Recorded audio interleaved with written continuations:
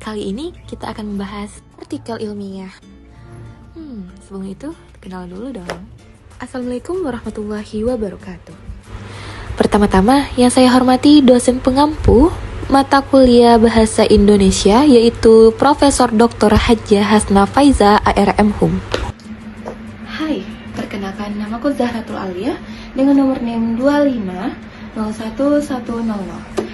Dan untuk kedua anggota kelompok lainnya ada Yolanda dan juga ada Zalwa. Baik, mari kita lanjut ke materinya.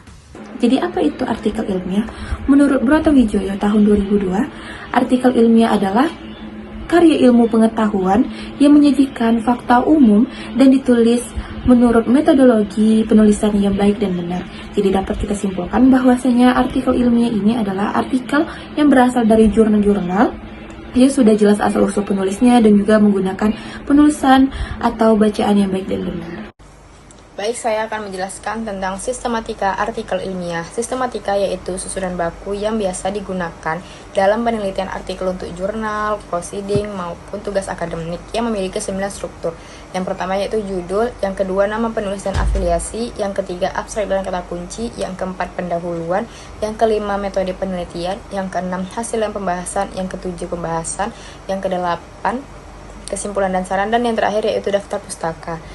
Yang pertama judul. Judul itu memiliki judul yang jelas, spesifik, dan singkat serta mencantumkan isi penelitian. Maksimal kata yaitu 12-15 tergantung aturan dari jurnal. Yang kedua nama penulis dan afiliasi yaitu berisi nama lengkap, instansi, serta email korespondensi.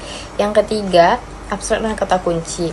Ringkasan penelitian 150-250 kata yang berisi tujuan, metode, dan hasil. Kata kuncinya yaitu 3-5 kata yang mewakili topik.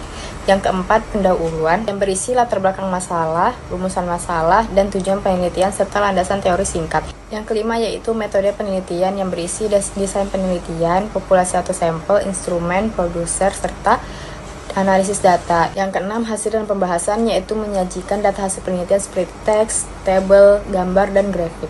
Yang ketujuh yaitu pembahasan yang menghubungkan hasil dengan teori atau penelitian sebelumnya.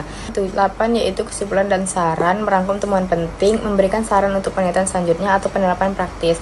Yang ke-9 daftar pustaka yaitu sumber acuan yang relevan seperti menggunakan gaya APA, IEE, Vancouver, dan Deal, serta memberikan lampiran yang bersifat opsional dan instrumen penelitian, tabel data mentah, atau dokumen tambahan.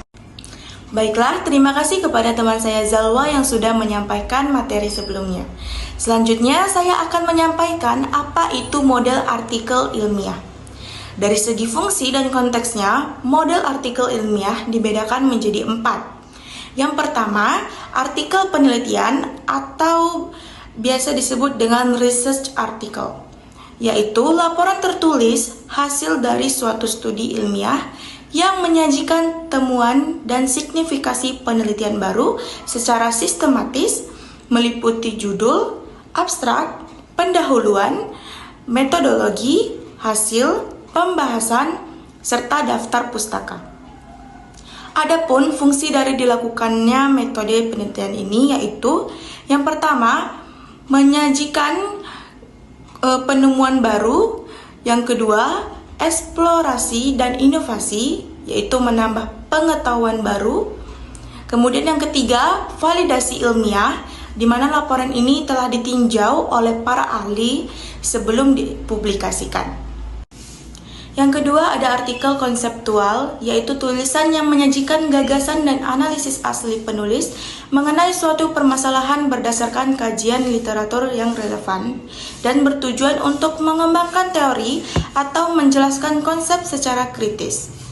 Kemudian yang ketiga ada artikel tinjauan pustaka atau review artikel, yaitu ringkasan dan analisis kritis terhadap penelitian-penelitian sebelumnya yang berkaitan dengan topik tertentu.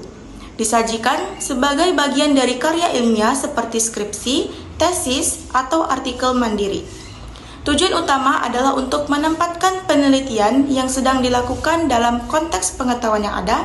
Dan yang keempat, artikel populer ilmiah, yaitu karya ilmiah yang menyajikan informasi ilmiah dengan bahasa yang ringan, sederhana, dan mudah dipahami. oleh banyak kalangan. Tujuannya adalah untuk menyebarkan pengetahuan ilmiah, minat ilmu terhadap pengetahuan ilmiah. Baiklah, selanjutnya kesimpulan.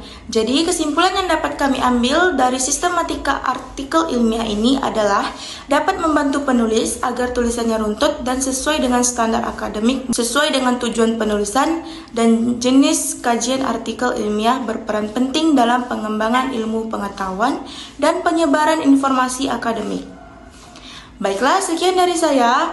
Mohon maaf apabila ada salah kata. Selanjutnya saya kembalikan kepada moderator. Selanjutnya, mari kita membahas bagaimana cara untuk mengetahui bahwasanya itu merupakan teks atau artikel ilmiah. Jadi, untuk lebih mengenali teks karya ilmiah ini, maka kita harus mengetahui beberapa ciri-cirinya. Yang pertama itu objektif, yang kedua itu rasional, yang ketiga kritis, yang keempat research, yang kelima menggunakan bahasa baku dan jelas, dan yang terakhir yaitu sumbernya yang jelas. Sekian dari saya dan rekan-rekan saya. Lebih dan kurang kami mohon maaf. Wassalamualaikum warahmatullahi wabarakatuh.